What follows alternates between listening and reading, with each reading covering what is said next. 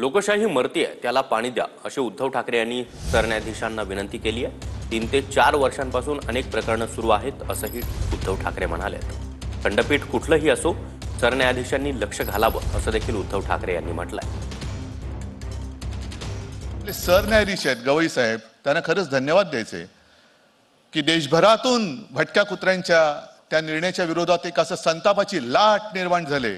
त्यांनी मत व्यक्त केले की जरी यापूर्वी सर्वोच्च न्यायालयाच्या खंडपीठाने याबद्दल निर्णय दिलेला असला तर मी स्वतः त्यात लक्ष घालेन।